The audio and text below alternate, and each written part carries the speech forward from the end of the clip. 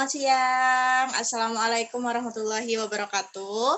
Kami dari kelompok 6 yang beranggotakan Aji Widodo, Rositri Handayani, saya sendiri Nurmilawati, Fajri Firmansyah akan membahas tentang learning disabilitas yang akan dijelaskan oleh Mbak Rosi terlebih dahulu.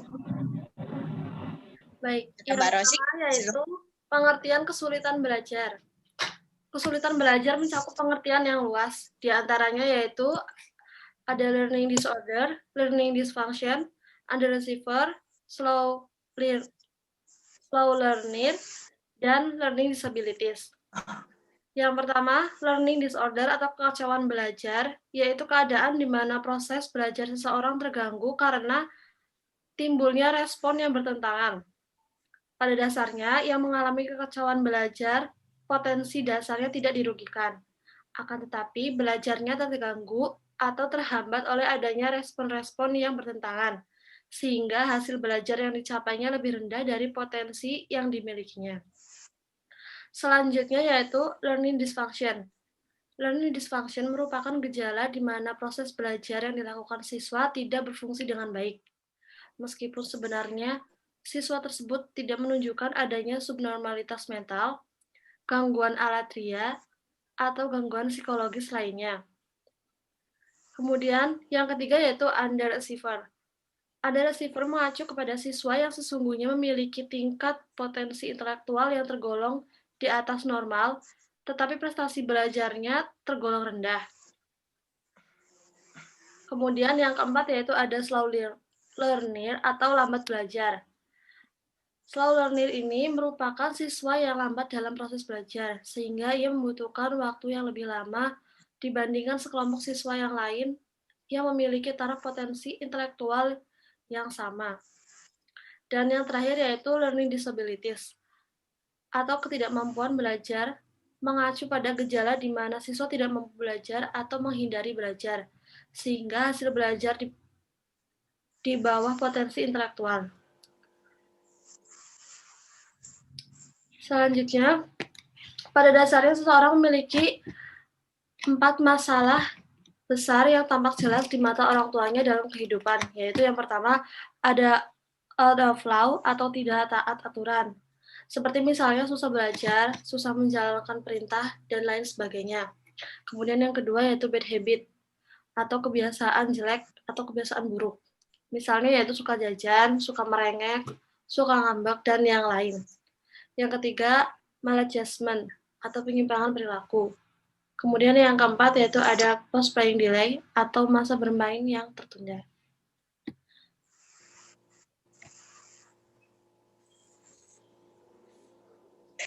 Untuk materi yang selanjutnya yaitu latar belakang kesulitan belajar yang akan dijelaskan oleh Mbak Nurmila. Selanjutnya B, latar belakang kesulitan belajar. Berbicara tentang kesulitan belajar itu sendiri, sesungguhnya masih dapat dipilah-pilah menjadi beberapa bagian. Dalam hal ini, ada murid-murid yang mengalami kesulitan belajar untuk mata pelajaran tertentu. Ada yang kesulitan belajar untuk beberapa mata pelajaran. Kesulitan belajar yang dialami oleh murid-murid pada dasarnya disebabkan oleh 2 faktor. Yang pertama, faktor internal, dan yang kedua, faktor eksternal. Nah, ada juga faktor eksternal yang menyebabkan murid-murid mengalami kesulitan belajar. Yang pertama, kurangnya kemampuan dasar yang dimiliki oleh peserta didik. Yang kedua, kurangnya bakat khusus untuk suatu situasi belajar tertentu. Yang ketiga, kurangnya motivasi atau dorongan untuk belajar. Yang emosional yang dihadapi peserta didik pada waktu tertentu dapat menimbulkan kesulitan dalam belajar. Ini yang keenam, faktor hereditas yang tidak mendukung kegiatan belajar seperti buta warna,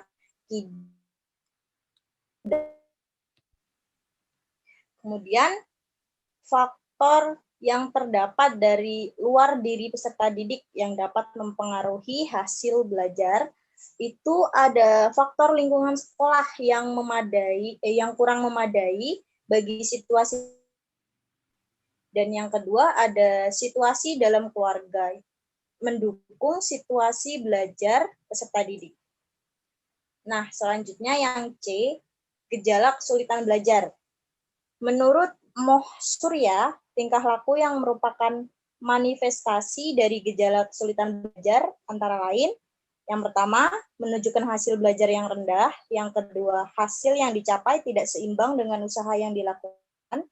Yang ketiga, lambat dalam melakukan tugas-tugas kegiatan belajar. Yang keempat, menunjukkan sikap-sikap yang kelima, menunjukkan tingkah laku yang berkelainan. Yang keenam, menunjukkan gejala emosional yang kurang wajar. Guru juga dapat melakukan beberapa langkah sebagai diagnosis terhadap kesulitan belajar. Langkah-langkah tersebut diantaranya melakukan observasi kelas untuk melihat perilaku menyimpang siswa ketika mereka mengikuti pelajaran. Selanjutnya, memeriksa pendengaran dan penglihatan siswa, khususnya yang diduga mengalami kesulitan belajar. Dan yang terakhir, mewawancarai orang tua atau wali siswa untuk mengetahui hal ihwal keluarga yang mungkin menimbulkan kesulitan belajar. Oke, selanjutnya akan disampaikan oleh Mas Aji.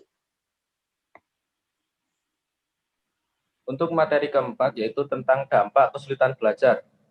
Beberapa kesulitan belajar yang akan dialami oleh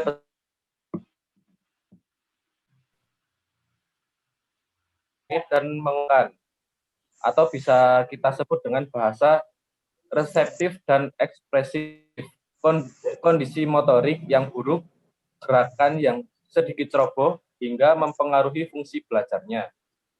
Untuk yang kedua, kita akan membahas tentang segi sosial emosional. Untuk segi sosial emosional, ketika peserta didik dan impulsivitas yang ditandai seringnya terjadi perubahan yang menonjol dalam suasana hati dan temperamennya. Impulsivitas ditunjukkan dengan kurang dapat mengontrol impuls-impuls. Pada anak tiba-tiba menyerang orang lain ataupun benda tanpa ada provokasi sebelumnya, atau bisa dibilang tiba-tiba berdiam diri pada waktu yang tidak sempatasnya. Hiperaktif dikaitkan dengan kesukaran belajar, di samping adanya kegelisahan, toleransi yang rendah terhadap frustasi, agresif, persepsi sosial, dan harapan interpersonal yang buruk, serta perilaku yang tidak sesuai. Untuk yang ketiga, membahas tentang segi pendidikan, dampak kesulitan belajar dalam segi pendidikan, yaitu kesulitan belajar prasekolah perlu segera ditangani karena dapat mempengaruhi masa selanjutnya atau disebut Hick's karena sulitnya mengidentifikasi suatu permasalahan. Untuk selanjutnya materi yang kelima yaitu layanan anak berkesulitan akan disampaikan oleh Mas Fajri. Silakan. Akan menjelaskan tentang layanan anak berkesulitan belajar. Di sini ada layanan anak berkesulitan belajar adalah dalam mengatasi kesulitan belajar anak peserta didik di sekolah dasar, guru perlu mengetahui masalah yang dialami peserta didik tersebut atau mendiagnosa masalah yang dialami peserta didik, menentukan faktor sampai mengalami kesulitan belajar. Setelah menentukan penyebab peserta didik mengalami kesulitan belajar, guru harus melakukan bimbingan belajar dalam layanan pembelajaran yang diberikan kepada peserta didik dan bisa meningkatkan prestasi yang dimiliki peserta didik. Dengan diketahui masalah kesulitan belajar pada siswa sekolah dasar, diharapkan guru dapat membimbing siswa untuk pembelajaran yang lebih efektif dan efisien. Seiring dengan perubahan yang terjadi di masyarakat, tentu ini memunculkan paradigma baru dalam bidang pendidikan. Sebelum membahas soal layanan bagi anak kesulitan belajar, perlu memperhatikan hal-hal sebagai berikut. Yang pertama ada kurikulum berbasis KTSP. Kurikulum ini merupakan salah satu upaya pemerintah untuk meningkatkan kualitas pendidikan di Indonesia. Yang kedua ada teacher learning.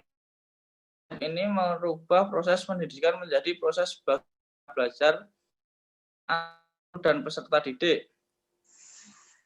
Yang ketiga ada dari subjek meter ke active learner.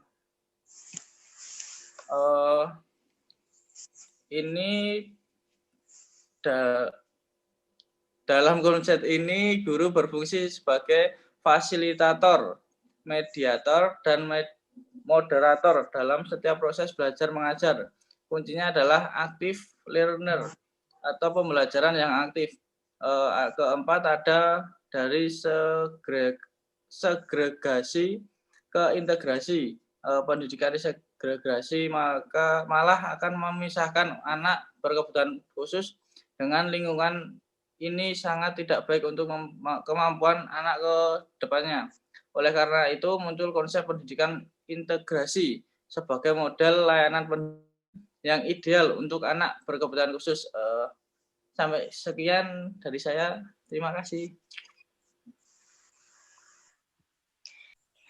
Baik, itulah tadi presentasi kita mengenai learning disabilities. Kesalahan kami mohon maaf, kepada Tuhan, kepada Allah kami mohon ampun. Jika ada yang ditanyakan, silahkan kalian tulis di. Saya akhiri. Wassalamualaikum warahmatullahi wabarakatuh.